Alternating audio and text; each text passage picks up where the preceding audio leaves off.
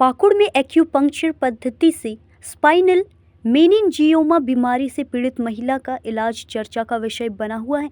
पश्चिम बंगाल के धुलियान निवासी मोहम्मद हनीफ शेख ने बताया कि उनकी पत्नी रोकीजा बीबी को वर्ष 2020 में यह गंभीर बीमारी हुई थी। परिजनों के अनुसार महिला का इलाज पश्चिम बंगाल के एक बड़े अस्पताल में कराया गया था, जहां ऑपरेशन भी हुआ। डॉक्टरों ने कुछ महीनों में स्थिति सामान्य होने की उम्मीद जताई थी, लेकिन अपेक्षित सुधार नहीं हुआ। इसके बाद परिवार पाकुड़ पहुंचे और यहां एक्यूपंक्चर चिकित्सक अशोक शाह से इलाज शुरू कराया। परिजनों का दावा है कि 7 दिनों के इलाज के बाद महिला अब खुद चल फिर पा रही है। बताया जा रहा है कि चिकित्सक अशोक शाह के पास विभिन्न राज्यों से भी लोग इलाज कराने पहुंचते हैं। नाम की আছে? मोहम्मद हानिफ शेख, কোথায় বাড়ি? বাড়ি চকদানাপুর পাইকরতলা, আচ্ছা, ধুলিয়ান। ধুলিয়ান। তো ইনি যে ট্রিটমেন্টের জন্য এসছে, পেশেন্টটা কে আপনার? ওটা আমার স্ত্রী। আচ্ছা, কি হয়েছে ওনাকে? এটা আপনার পায়ের প্রবলেম, মানে নার্ভের সব সিস্টেম হয়েছে। আচ্ছা, তো ওনার যে রোগটা আছে তার জন্য কোথাও ট্রিটমেন্ট করেছিলেন? ট্রিটমেন্ট করেছিলাম। এই অসুখটা শুরু হয়েছে আপনার 2020-তে। আচ্ছা, তারপরে আপনার 2022-এ 8 মাসের 3 তারিখে অপারেশন করেছিলাম বহরমপুর গীতারাম হসপিটালে। আচ্ছা, আরও অনেক সার্জেন, নিউরোবিয়ান সার্জন যত সব আছে সবকে দেখাচ্ছিলাম। হ্যাঁ, তারপরে আপনার এমআরআই করেছিলাম। তো এমআরআই টিউমার ধরা পড়েছিল। আচ্ছা, দিয়ে বলেছিল জেনারেল সার্জেনারা বলেছিল কেন অপারেশন করতে হবে। তারপরে গীতারাম বহরমপুর হসপিটালে অপারেশন করেছিলাম আচ্ছা, আপনার 2022-এ 8 মাসের 3 তারিখে। তারপরে আমাকে বললো কি 6 মাসের মধ্যে পা ফিরিয়ে পাবে। তারপরে এখন আমার না 2026-এর মার্চ মাসের আজকে 18 তারিখ, এখনও আপনার ধরকে এরপরে ট্রিটমেন্ট নিয়েছি আপনার এই স্যারের কাছে, অশোক স্যারের কাছে। এখন মোটামুটি আপনার আজকে 7 দিন ট্রিটমেন্ট হবে, তাতে কিছু পাটা আরাম পেয়েছি। তার আগে কোথাও ট্রিটমেন্ট নিয়ে আরাম পাইনি।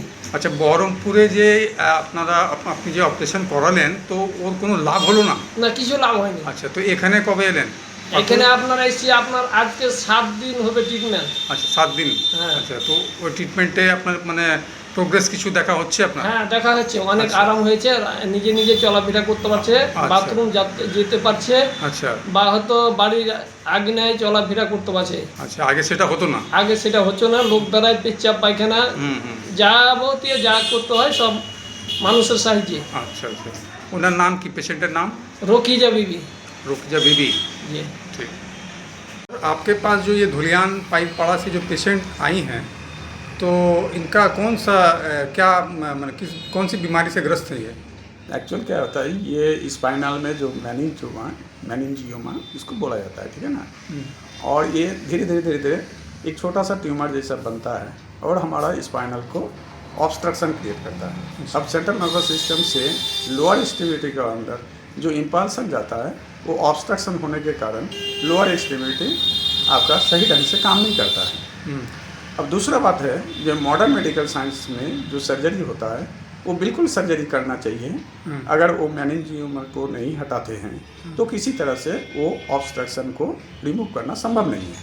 अच्छा, अब दूसरा बात है, ये अगर इसका इनिशियल स्टेज में कोई एक्यूपंक्चर स्टेज को पकड़ के इलाज करता है, हमारा जो कॉन्सेप्ट है, तो वो कॉन्सेप्ट को सही ढंग से इस्तेमाल करने से हमारा जिस कारण से वो डिपोजिशन होता है, कलेक्शन होता है, वहाँ पर जो डैमेज का जो ऑब्स्ट्रक्शन क्रिएट होता है, वो सारी चीज़ को अगर समझता है और कुछ को रिड्यूस किया जाता है, तो मेरिडियंस को क्लियर कर सकता हूँ, उस एरिया को क्लियर करके उसको मैनेजिंग में फॉर्मेशन होने से रोक सकता हूँ। ये एक्यूपंक्चर का कॉन्सेप्ट है, लेकिन वो इनिशियल स्टेज में होना चाहिए। लेकिन लेट होने के कारण ये एक ही मात्र उपाय है जो कि सर्जरी करना चाहिए। अब सर्जरी के कारण जो इम्प्रूवमेंट नहीं आता है, उसका जो ऑब्स्ट्रक्शन रहता है कुछ मेरिडियंस में रहता है अकॉर्डिंग टू आपका एशियन कॉन्सेप्ट। और अगर मॉडर्न मेडिकल साइंस में देखते हैं तो हमारा जो इम्पल्सन नीचे की ओर नहीं जाता है, तो उसको सेकेंडरी रूप में जो एक्यूपंक्चर एक महत्वपूर्ण रोल निभाता है। ये काफ़ी दिन से मैं काम कर रहा हूँ और काफ़ी हद तक इस तरह का पेशेंट आता है, ये पहला ही पेशेंट नहीं है।